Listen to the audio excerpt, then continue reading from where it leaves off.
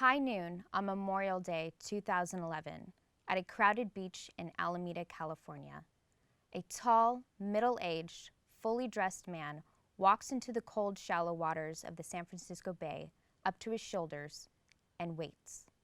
Police and fire units show up and wait. A good-sized crowd gathers to watch the scene and waits. They all watch, transfixed, as the sand in this man's hourglass runs out. Succumbing to hypothermia, he loses consciousness within the hour. His body is left to drift back to shore, untouched, for 22 minutes. Shallow Waters, The Public Death of Raymond Zack, is a documentary film that deconstructs the events of that hour in an attempt to understand what happened and why. Here with me today is David Howard, who runs Action Alameda News, and over Skype I have the director of the documentary, Jaime Longhi. Thank you guys for joining me. Hey, thank you. And and David, let's start with you. Just tell me a little bit about yourself and why you started Action Alameda News. Sure. I've lived in Alameda about 12, 13 years, and I started Action Alameda News because I found something lacking in the local news coverage. There wasn't a lot of depth in the stories that I saw. Sometimes I knew the story, and compared to what I saw reported, I saw there was gaps. And I thought there was room for some critical analysis and more in-depth coverage. And Action Alameda News is an online publication, so it's not limited to how much paper or newsprint we're going to run. Stories can be as long as they need to be. And it's just been something really as a hobby for me for several years now. Great, great. And Jaime, you started off studying music in Brooklyn. What got you into filmmaking? I started filmmaking in England. I was over in London in the 1970s and started exploring editing and assistant directing with some fabulous people who were making commercials at the time. And those people then became Alan Marshall, the producer of Bugsy Malone and Pink Floyd's The Wall, and Hugh Hudson, who did Chariots of Fire. Those guys were all making commercials at the time, and I was part of that, working under them. Very cool. Very cool. And now let's get into the story about Raymond Zack. Once the story broke out on the news, like, what was your guys' initial first reaction to that? Well, really shock and surprise that it could happen. I mean, it happened on a place, on a beach that's familiar to anybody in Alameda. It's central. We have people come to Alameda from outside of town who use the beach, local people who go there all the time. It's a common jogging place. So it was just very surprising that such a thing could happen in someplace so familiar. Jaime, you heard about it differently. You heard about it when it hit the national media, I think. Yeah, I had heard about it actually at least several weeks after it had happened. I just saw a little blurb about it, and I kept clicking to find out more. And it just seemed to me immediately that it struck me that it was not just tragic, but absurd and symbolic, and that there was a metaphor in there I felt that was compelling and needed exploration. And is that how you two met, or did you guys know each other before this story broke out? No, it was this story that brought Jaime and I together. Great. Once I learned of the event, I started reporting on it and digging into the backstory. And then I think it was Jaime's investigator who reached out to me, wanted to talk to me and let me know there's a documentary in the works, and set up an interview. When Jaime flew out from the East Coast, we met. Okay, so Jaime was already planning on doing the documentary, and they kind of reached out to you because of your news story that you wrote about it. Yeah. Jaime was looking for sources to interview for the documentary. People who knew what happened and had feet on the ground in Alameda. And Jaime, what inspired you to take this story and go, I want to make a documentary on this? Uh, Connie, I've been waiting to make a, a documentary. I've been waiting to make a film. Mm-hmm. I had not been doing film for a long time, and when I read about the circumstances of Raymond Zack's death, um, it was it was something that just yelled at me to get involved. It was, um, if, there were issues there that I felt very personal, that needed exploring, and I felt such. First thing I felt was such empathy for the people on the beach Mm-hmm. who were subjected, whether voluntarily or not, to seeing this horrendous thing unfold in front of their eyes. And I wondered how many of them felt what they felt. Did they feel just frustration or anger or guilt or shame, or how did they react? Because I could see myself on the beach. Mm-hmm. And I thought, okay, there's a metaphor here that I want to get involved in. And so I hired right away a local um, journalist investigator and asked him to help me to get in touch with find as many witnesses as possible and see if I could get in touch with Raymond Zack's family. And that person then brought me to David Howard, whose Alameda Action News was a treasure trove Mm-hmm. of Mm-hmm. facts, and the background of what was going on that made um, this tragedy, allowed it to unfurl the way it did. Mm-hmm. Great. And now, David, you said you were part of the documentary. You got interviewed for the documentary.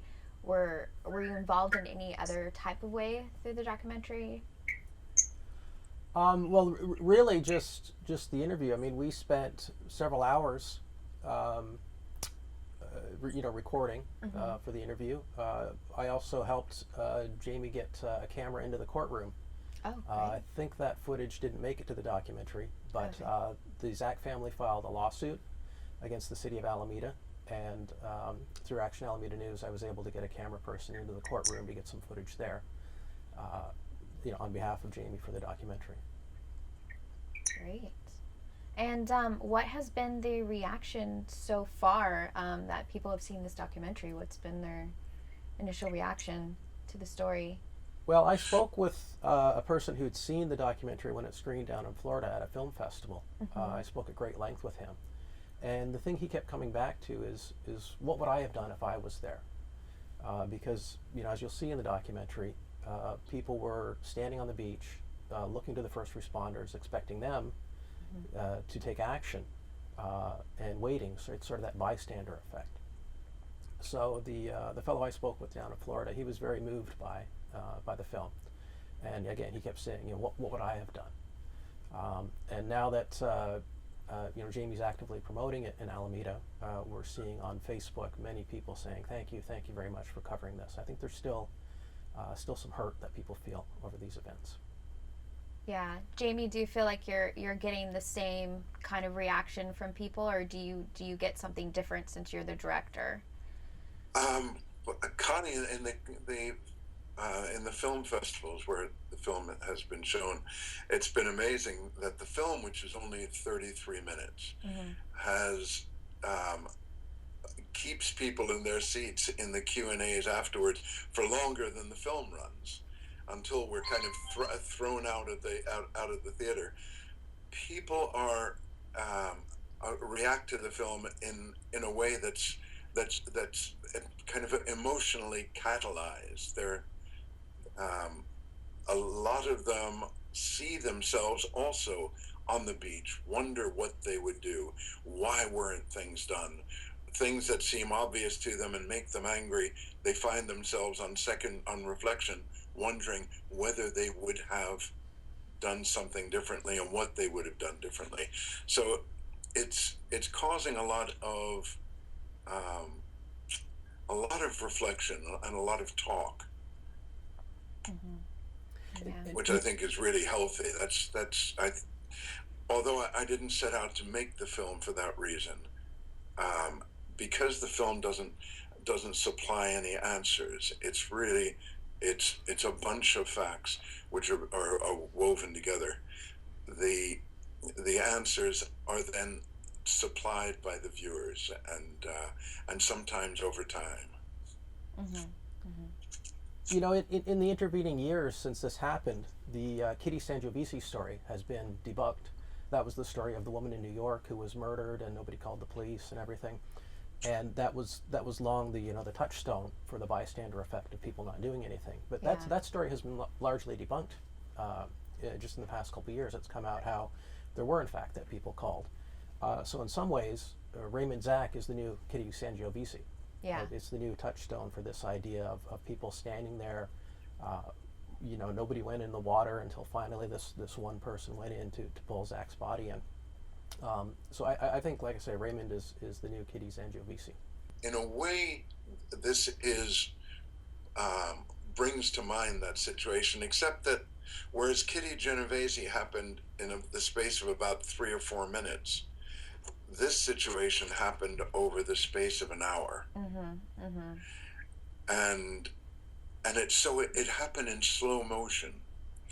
There was time to save this guy. There was time. It didn't require any superhuman or especially trained activity to save him. And there was even time after he was floating face down to save him, but it didn't happen. So what we've got is a kind of slow motion tragedy. Yeah, it's really sad, especially even just citizens just watching.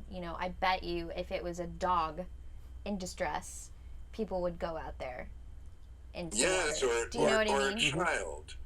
Yeah.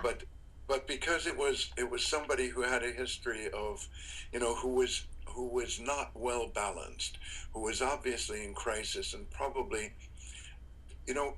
what we've learned through this film is also how society reacts to people who are not right necessarily in their head.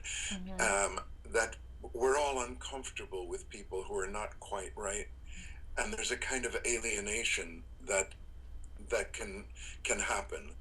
And so people who have mental problems, who are either talking to themselves or fidgeting or something, can easily become objects. And I think that's partially what contributed to Raymond Zack becoming what it eventually was, a sacrificial lamb. Yeah. Well, I mean, the regular citizens on the beach don't know that he's, mentally ill. I'm sorry, Connie. They don't know that. I'm just saying the regular citizens on the beach, they don't know he's mentally ill. They just see a man out there and they're still not willing to help. Yes, but the word is out on the. First of all, he's fully dressed. So they know that there's something bizarre about him, and the fact that he probably could, I'm sure for a good bit of the time, could have walked back. There is an assumption, I think, that he's in crisis. Fire officials in Alameda, California are changing their water rescue policy after crews watched helplessly as a suicidal man waded into San Francisco Bay. A department policy that strictly forbids water rescue attempts apparently left emergency workers gathered at this beach on Monday with no real authority. It's horrible. How can we allow that to happen? How can our emergency personnel allow that to happen? I don't get it. I don't understand it. I mean, the whole thing happened for us in the course of while we were playing a volleyball game, going from a guy shoulder up, out of the water to suddenly where's he at? The man's lifeless body was pulled out of the water about an hour after he was first spotted. Alameda's interim fire chief says he directed his staff to write a new policy that would allow water rescues. The old rule was implemented after budget cuts forced the fire department to discontinue water training and the maintenance of rescue gear. Ross Simpson, The Associated Press. Have you experienced or seen any other kind of news footage that's similar to this story since Raymond, Zack? Or Well, not in Alameda, but Not there in was Alameda. there was a story that came out of New York just recently of a woman who was walking down the street somewhere in New York City. There was a car accident. The car came off the road and struck somebody who ultimately died, if I recall correctly. This woman kind of turned and looked and then walked away and continued eating her pizza. oh my gosh, wow. Yeah. Yeah. Well, there are people even now that the documentary is going to be screened in Alameda Yeah. who take the attitude that, well, he was committing suicide, and if that's what he wanted to do, he should have been allowed to do so. And the argument that he might not have been in his full mental capacity doesn't seem to carry water with those people. Yeah. They seem to be objectifying him, to Jaime's point. Yeah. I don't think that's right. That's not right to do. Yeah, it's unfortunate. Yeah. So we'll see as we'll see in the Q&A of the screening. I think we'll hear some of those comments. Will come up, because I think that sentiment is still perhaps not widespread, but still circulating for sure. Great. And you guys brought the trailer with you. So let's go ahead and run the trailer, and then we'll wrap it up with Jaime and David.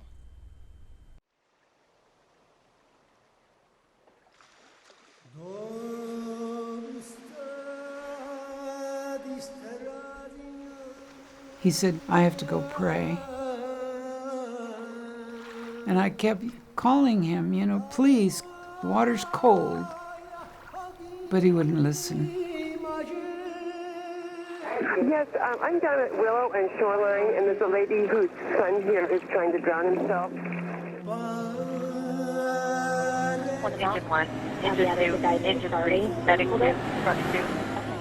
Lots of Zack versus Raymond, white male, 55, is mentally ill. He's about 150 feet out. Okay. Please, I'm going to have you hold on the line. I was wondering why the police and firemen didn't just go out into the water and grab him. The Coast Guard's got about a 40-minute ETA. And there he was, standing out there in that water, thinking about taking his own life.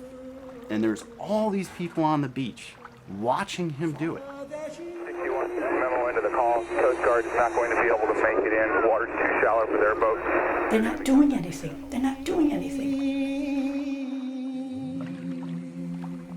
They were waiting for a boat. They were waiting for a boat that basically never came.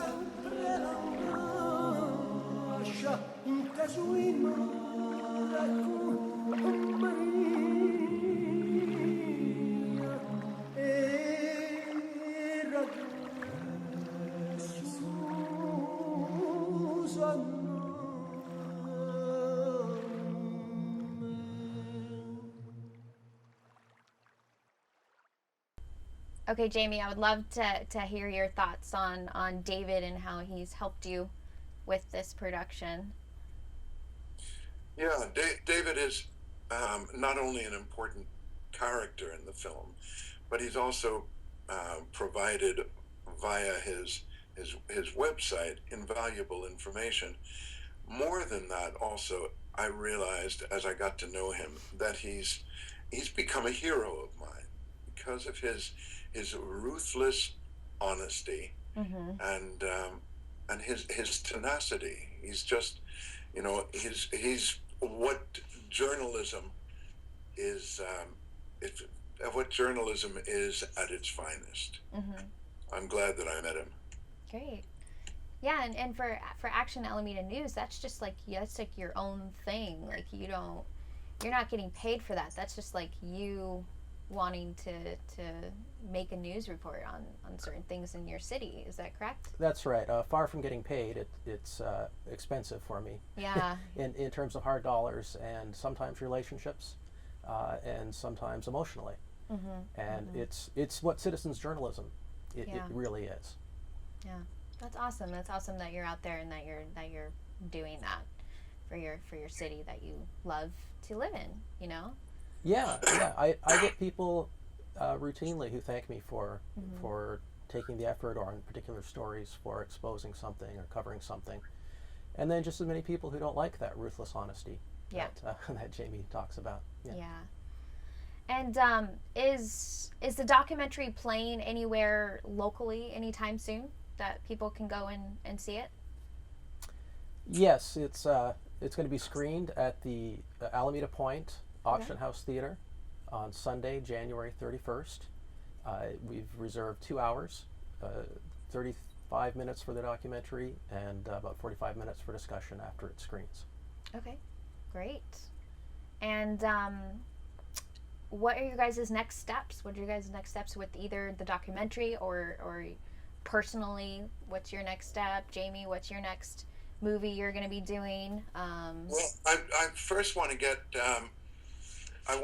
this film out to as many sources as possible for people to see it and to debate it and to argue about the nature of our official authority.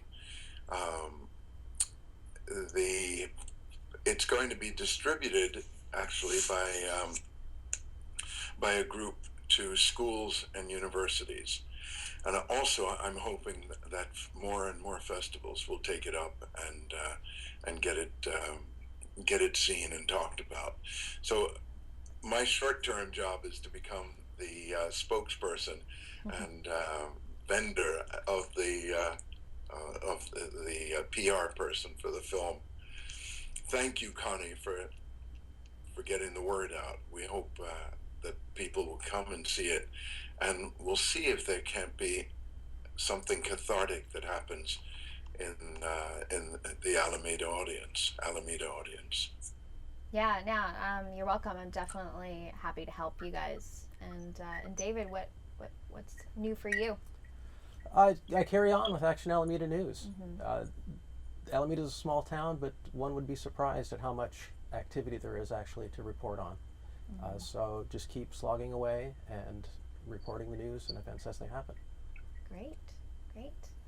And where can people go to get information about the film? Of course, they can go to Alameda News. Sure. So there's a couple websites. If you go to actionalamedanews.com and search for Raymond Zack, you'll find past stories. You'll find a page I created, the Raymond Zack Project, with a lot of the documents that I uncovered during the investigation. And if you go to shallow-waters.com, that's the official website for Jaime's documentary. Great. And I guess my last final question is, if you were there on the beach, what would you guys do? Yeah, it's a hard question. Yeah. I'm not sure that I would have entered the water, but I'm confident that I would have been poking and prodding at people to do something more. As you see in the documentary, there were a lot of people, first responders, who basically stood on the beach and didn't do anything. Yeah, Jaime, what about you? I think the question is really answered in the film. That after seeing it, we can say we know what we would do if this happened again. So it prepares us for perhaps the next time a situation like this happens. Yes. Well, I read in one of your news articles that a situation happened like that at a beach close to where Raymond was, and responders did help the person. Well, did I read that correctly? Yeah. So there's something important to understand now is the event prompted a review on behalf of the fire department, which is responsible for search and rescue in Alameda. And they are doing some things differently. And among the things they're doing differently is very aggressively promoting every rescue that they do in response to that. So yeah, they've acquired a new boat to go out in the water with. They've updated some policies and procedures. But I think the important thing is that this documentary is about the mood and sentiment in Alameda leading up to that day and events of that day. I don't think Jaime's trying to talk about much of anything beyond what happened on that day. I know after there was an investigation by the city. The police chief stood up before city council and made an apology on behalf of the police department for what happened. To my recollection, the chief of the fire department never stood up and made any such apology. That being said, there has been a lot of procedural changes within the police department and the fire department since that day. That's good. At least they're acknowledging the situation and trying to make improvements on it, so something like this hopefully doesn't happen again. Yes. With someone else. Yep. That's really good. Connie, I've really during the various times that I was out there, have really fallen in love with Alameda. I think it's a great place, and I enjoy being there. The truth is that the film could have, that the incident, not the film, the incident could have happened in anywhere. It's an existential problem that has to do with solidarity, the loosening of bonds between people, our respect for authority, the arrogance sometimes of authority. These are questions which are asked and not always resolved properly all around the world. No, that's very true. That's a great point to bring up. It could happen anywhere. It could happen to anybody. You know, it's very true. It's very true. And do you guys have any last final words before we wrap up? Just on behalf of Jaime, encourage people to come to the 31st screening. of January. 31st of January Yeah. is the screening. Come to the 31st. screening on the 31st, yeah. Okay. And be prepared to engage in a discussion. Yeah. Yeah, and you guys will do a Q&A after the screening. Yeah, Jamie's going to be moderating a Q&A. Okay, great. Well, wonderful, guys. Thank you for joining me here on the show, and thank you for, taking a story on like this and trying to, show to an audience or just the city in general, like, we need to step up and do more for people, even if they're mentally ill. We should all be here to support each other and love each other, and it's great. It's great to see that there's people out there like that, like you guys doing that. Thank you. Yeah. I send you both hugs from this little hotel room in London, England. Air hug. I'll get air hug. There An you air go. hug. Great. Thank you so much for joining us, and I look forward to your guys' screening. Thank you. Thank you.